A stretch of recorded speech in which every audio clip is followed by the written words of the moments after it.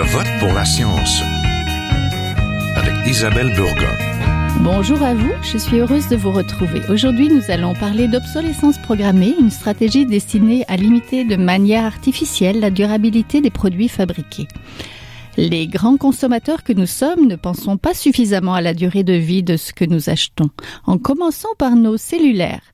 Notre téléphone intelligent s'avère l'un des appareils électroniques les plus remplacés et les moins recyclés. Pourtant, sa fabrication nécessite plus de 70 kg de matières premières et 60 métaux différents et génère environ 32 kg de dioxyde de carbone.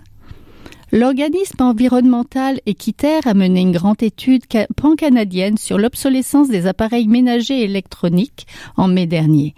Les Canadiens sont de grands consommateurs de tels appareils. 80% des répondants de l'étude avouent les acheter majoritairement neufs et sont nombreux à changer d'appareil avant la fin de vie utile des produits manufacturés. Ce phénomène d'obsolescence qui nous entoure génère un grand gaspillage de ressources et s'avère très polluant. En 2017, 48 millions de tonnes de déchets d'appareils électroménagers et électroniques sont partis ainsi au vidange. D'ici 2021, ce volume augmentera de près de 17%, soit plus de 52 millions de tonnes de déchets par année. Les appareils électroniques contiennent des métaux rares, des matériaux polluants. 70% des métaux lourds trouvés dans le sol des sites d'enfouissement américains proviennent d'équipements électroniques, sans compter ceux qui contaminent également les nappes phréatiques et l'eau. Nous consommons trop, nous réparons peu et nous jetons beaucoup. Pourtant, des citoyens se mobilisent aujourd'hui pour lutter contre cette obsolescence programmée, afin de nous pousser à consommer moins, à consommer mieux. Des pays tels que l'Italie ou la France ont même pris des mesures fiscales et législatives pour combattre ce fléau. Et nous, qu'allons-nous faire ? Nous vous en parlons tout de suite. Restez là.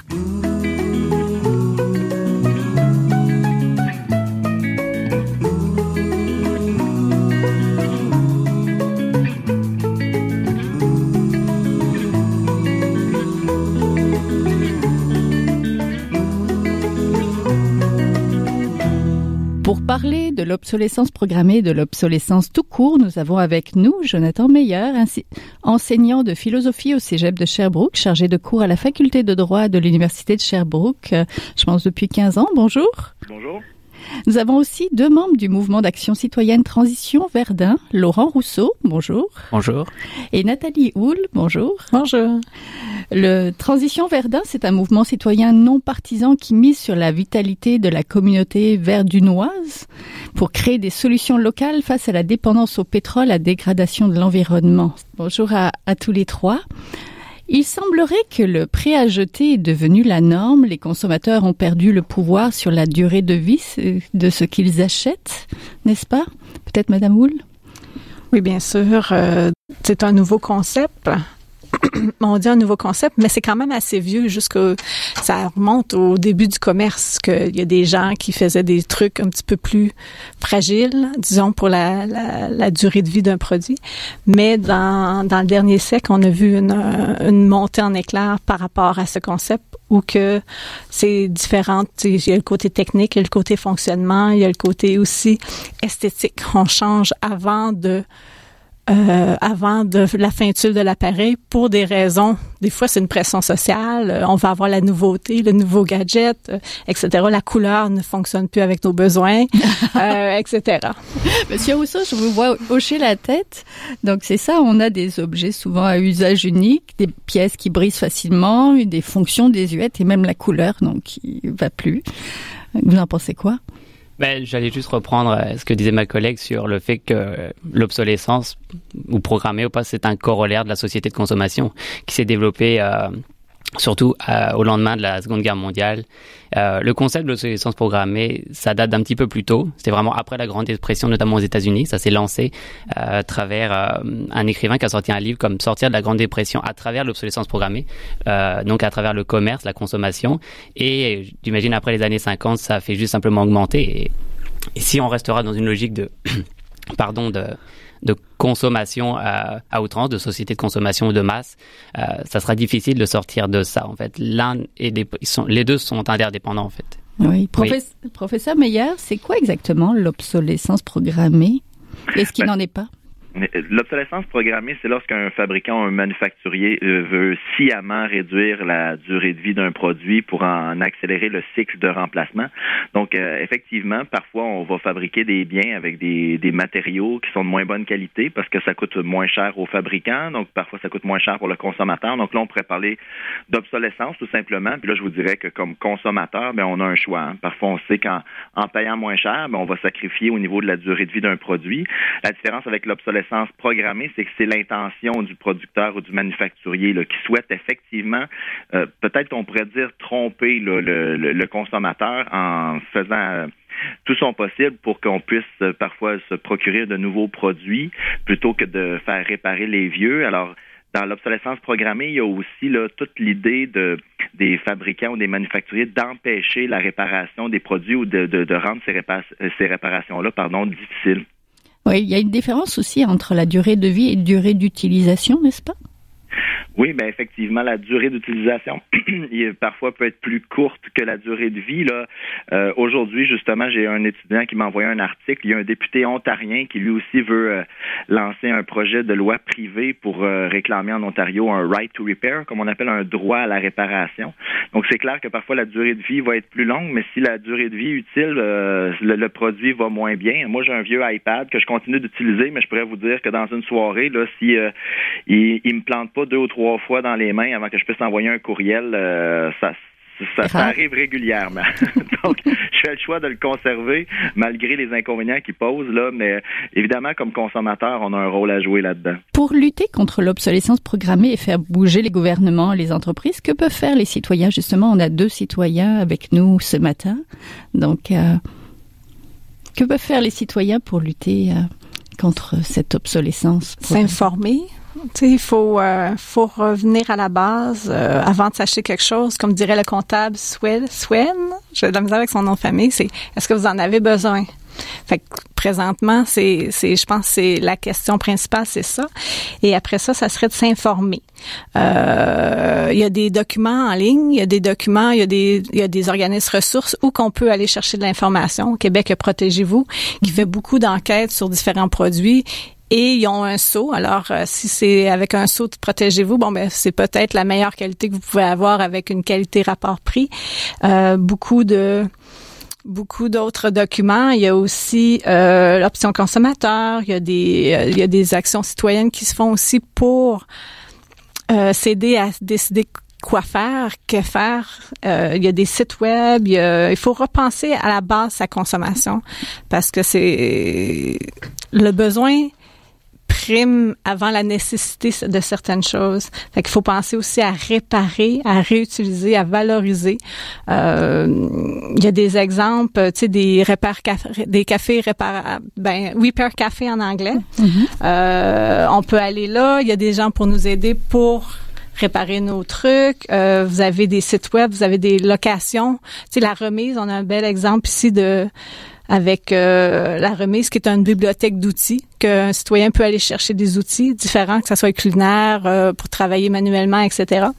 Fait qu'il y a beaucoup d'options maintenant. Oui, parce que c'est parce qu'il y a des options, mais les gens savent peut-être pas réparer, et des fois, les choses ne se réparent pas non plus, Monsieur Rousseau.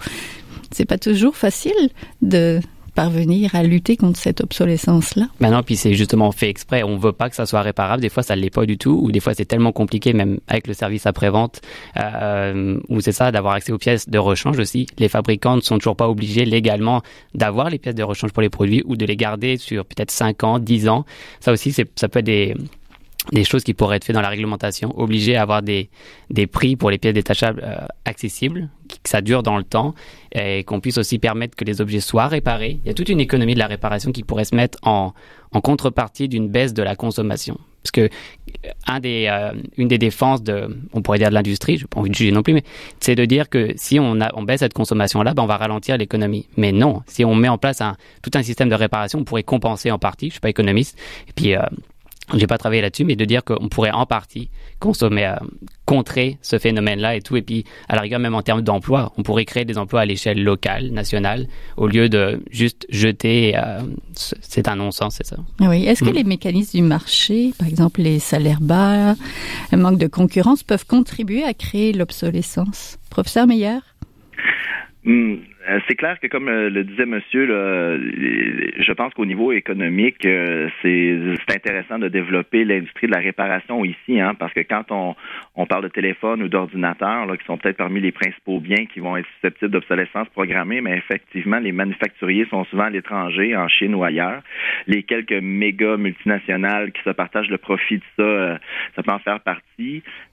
Évidemment, le fait qu'un téléphone, c'est plus payant pour une entreprise d'en vendre un neuf que d'en faire réparer un ancien, mais on imagine qu'évidemment, c'est parce qu'il est produit par quelqu'un qui fait pas un salaire extraordinairement élevé.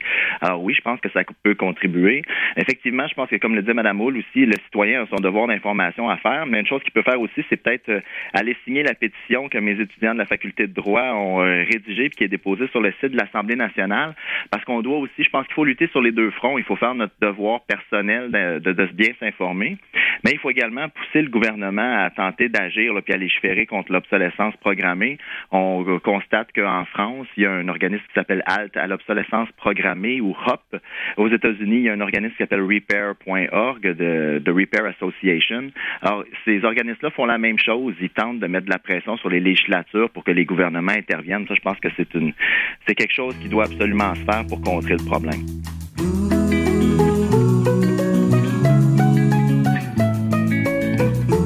Vous êtes toujours à Je vote pour la science, là où la science rencontre la politique, une émission produite par l'agence Science Presse. Vous pouvez visiter son site internet au sciencepresse.qc.ca. Professeur Meyer, parlez-nous de votre pétition contre l'obsolescence programmée et du projet de loi qui est présenté à l'Assemblée nationale du Québec, rédigé par vos étudiants. Oui, on est en plein travail. En fait, j'avais vu à Radio-Canada l'émission Enquête l'automne dernier qui avait concerné un reportage à l'obsolescence programmée, dédié un reportage plutôt. Et ça m'a inspiré. Je me disais, comme on le fait ailleurs, on pourrait le faire ici.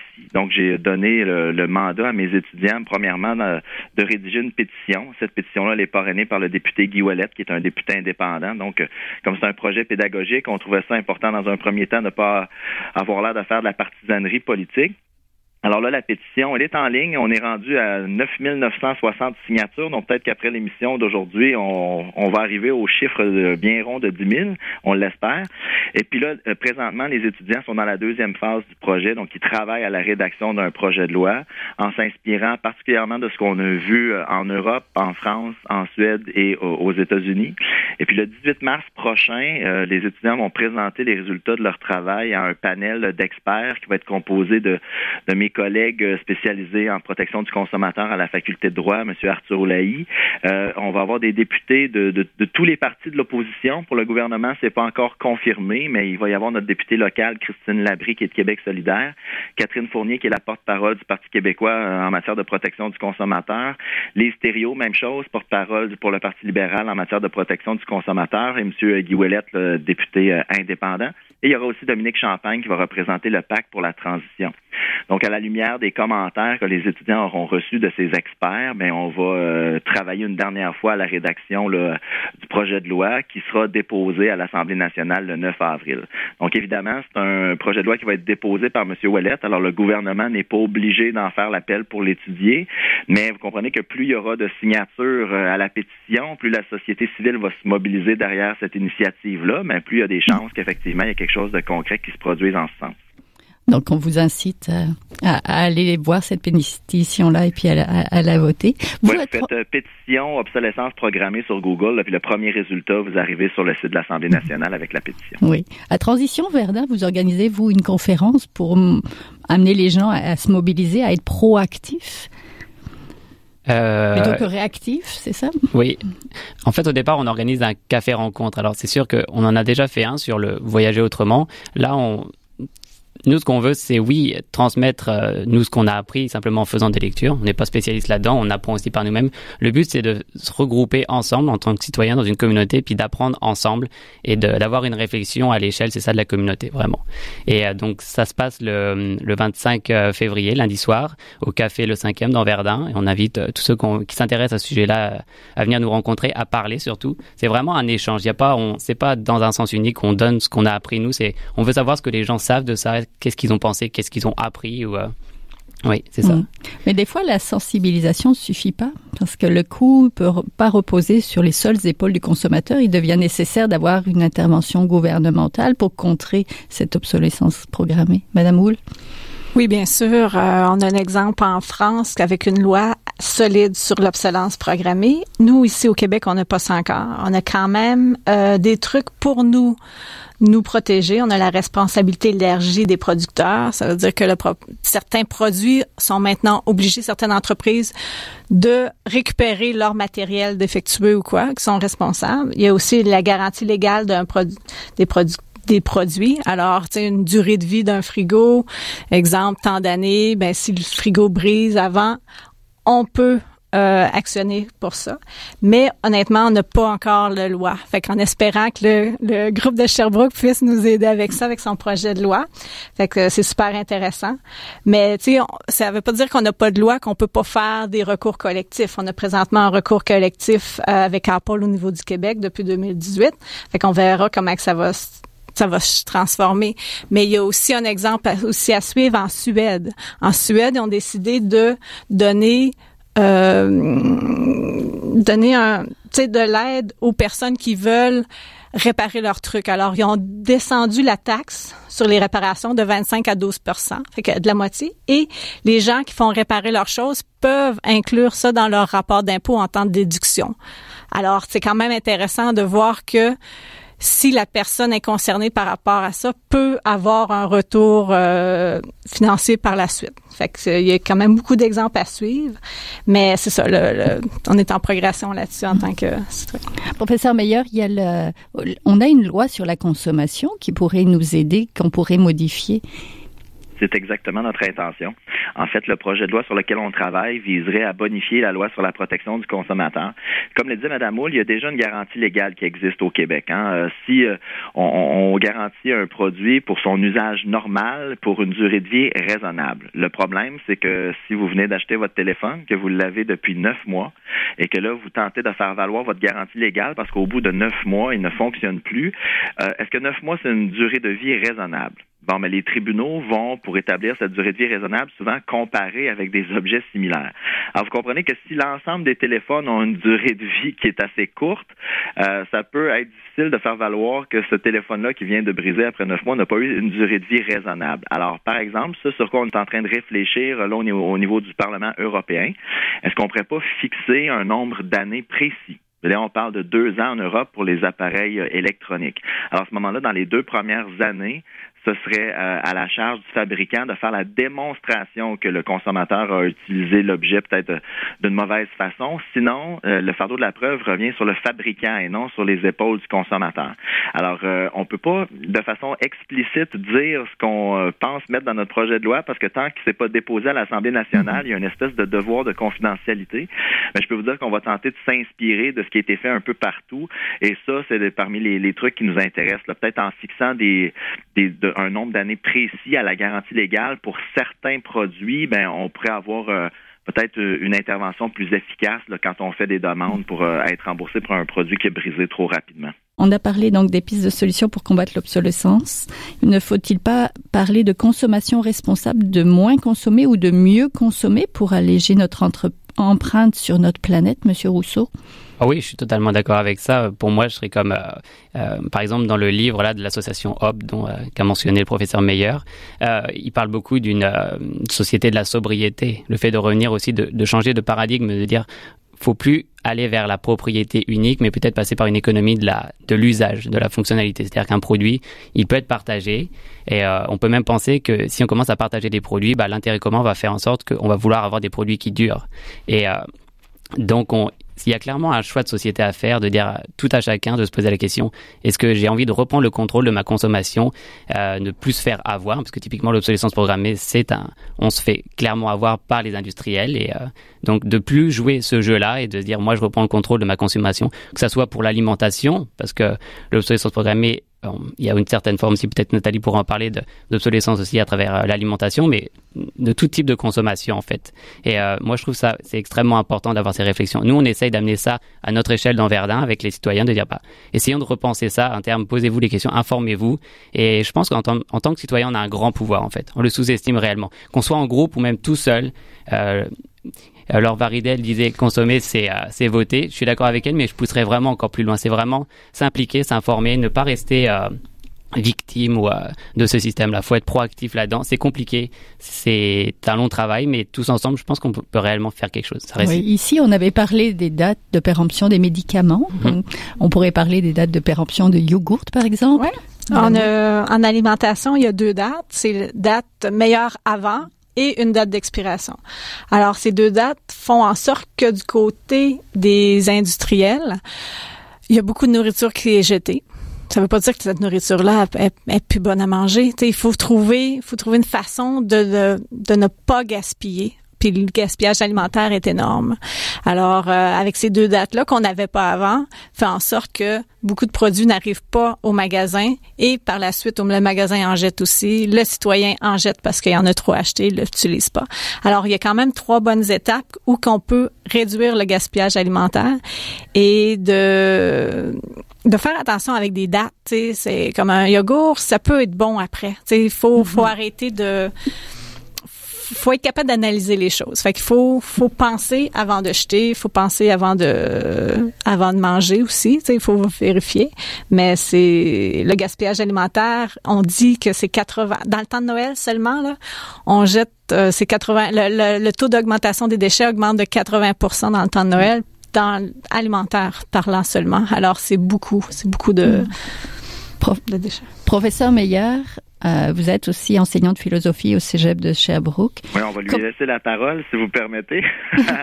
Évidemment, mes obligations de chargé de cours en droit m'amènent dans certains univers de réflexion, puis ceux de la philosophie, parfois dans d'autres. Souvent, c'est complémentaire.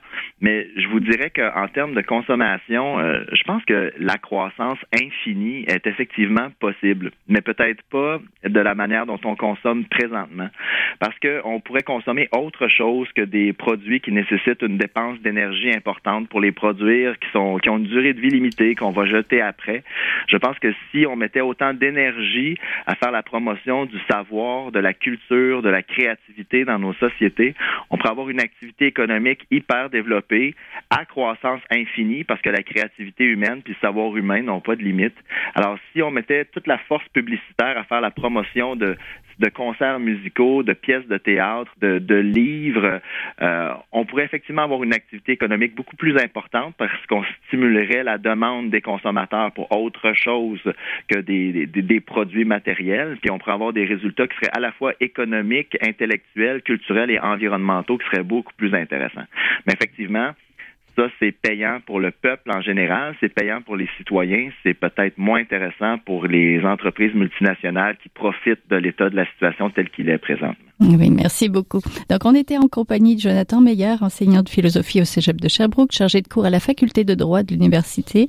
Et on va vous mettre la pétition en ligne sur la page. Donc, vous allez pouvoir en prendre connaissance et la signer si vous êtes confortable avec ça. Et on avait aussi avec nous 2 membres du mouvement d'action citoyenne Transition Verdun, Laurent Rousseau et Nathalie Houle. Merci beaucoup à vous tous les 2.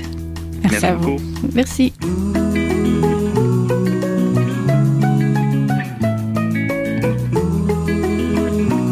C'est maintenant le temps de passer le micro à notre scientifique éditorialiste, là où un chercheur réagit à un sujet d'actualité. Bonne écoute.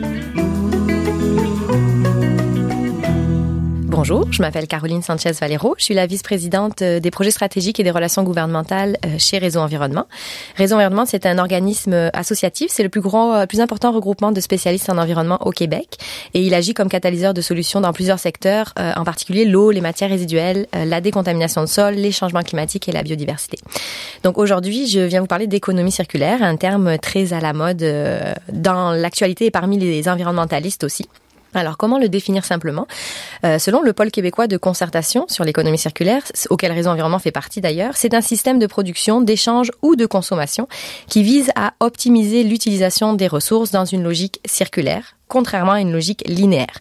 Donc, au lieu de produire, utiliser, jeter, on cherche à produire, utiliser, réutiliser, réemployer, recycler et vraiment ultimement jeter.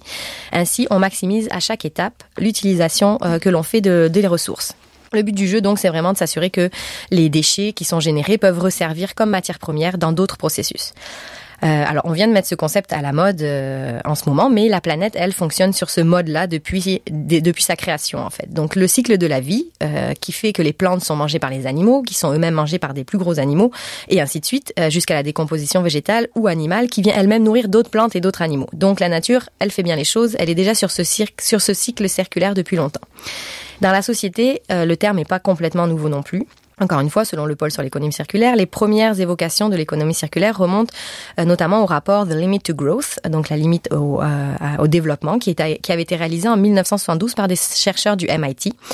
Tout cela était dans la vague du sommet de la Terre, donc de 1972. Plusieurs stratégies de circularité ont fait leur apparition bien avant que l'on relance le terme économie circulaire. C'est le cas du recyclage qu'on fait depuis de nombreuses années ou de l'éco-conception, par exemple. En 2009, le concept a été un petit peu dépoussiéré, revisité par la Fondation Ellen MacArthur, qui est une des organisations dans le monde qui cherche le plus à vulgariser le concept. Donc, ce qui est intéressant avec ce nouveau modèle de consommation, c'est qu'il est applicable à plusieurs niveaux et à plusieurs personnes, en fait. En tant que personne, appliquer les principes de l'économie circulaire fait sans doute déjà partie de votre quotidien. Par exemple, lorsque vous choisissez de ne pas acheter le dernier iPhone parce que le vôtre fonctionne encore très bien, ou encore lorsque vous assurez de le laisser dans un point de dépôt officiel électronique pour qu'il soit recyclé correctement, vous faites de l'économie circulaire. Lorsqu'une municipalité décide de moderniser son centre de tri pour mieux y recycler le verre ou le plastique, un débat dont on entend beaucoup parler au Québec en environnement, elle peut revendre cette matière de bonne qualité et l'introduire dans un nouveau cycle de production. Elle fait de l'économie circulaire.